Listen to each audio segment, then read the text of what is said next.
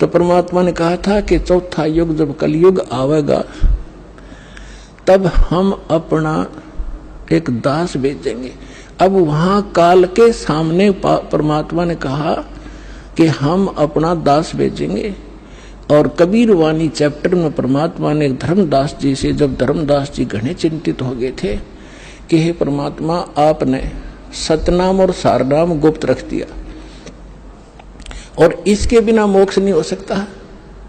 आपने मुझ किंकर के ऊपर दया करी दास पे, और 42 वंश भी पीढ़ी बख्श दी, मेरी वंश चलेगा।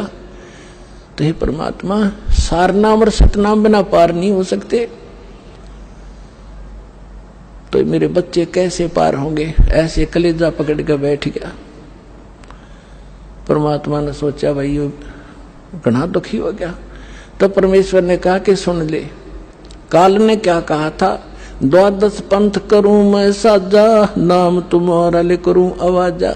12 पंथ नाम जो लेगी, हमरे मुख में आन समोही। जाओ जोग जीत संसारा, जीवन माने कहा तुम्हारा। जीव तुम्हारा कहा न माने, हमारी ओढ़ हो बाद बखाने। अब इतना समय नहीं रहा, मैं वो सारे प्रमाण आज नहीं दिखा पाऊंगा आपको कि 12 पंथ कौन कौन से हैं। तो 12 पंथ, 12वां पंथ गरीबदास पंथ बताया है, लिखा कवि सागर में। तो परमात्मा ने कहा तू चिंता ना कर धर्मदास, जब 5500 वर्ष कलयुग बीत जाएगा तब या बिचली पीढ़ी आवेगी, और बिचली पीढ़ी तक यो ज्ञान और तत्व ज्ञान और सतनाम सारनाम कति गुप्त रखना है, नहीं तो काल के दूतों का हाथ लग जाएगा, मेरा सारा मिशन खराब हो जाएगा। तो परमात्मा ने देखा कि ये बिल्कुल चिंतित हो गया घना।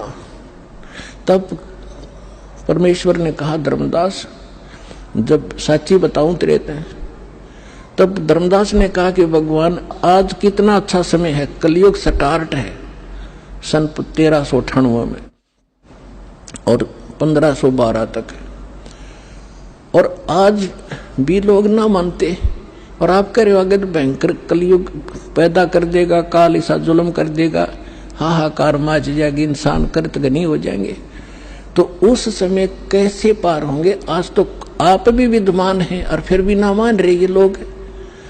तो परमात्मा ने कहा जब 5500 वर्ष कलयुग बीतेगा और बर्मा वंश चल चुका होगा इस काल का, यानी गरीबदास पंथ तक, तो उस बार में पंथ में मैं आऊंगा स्वयं, और फिर सभी पंथों को खत्म करके एक पंथ बनाऊंगा, और सारी सृष्टि मेरा ही नाम लेगी। तेरे 42 वंश क्या सारी सृष्टि न पार करूंगा धर्मदास, इन 42 की तो चिंता छोड़ तू। तब उसका दिल डटा था, और काल के सामने परमात्मा ने थोड़ा सा भेद रखा कि मैं अपना अंश भेजूंगा।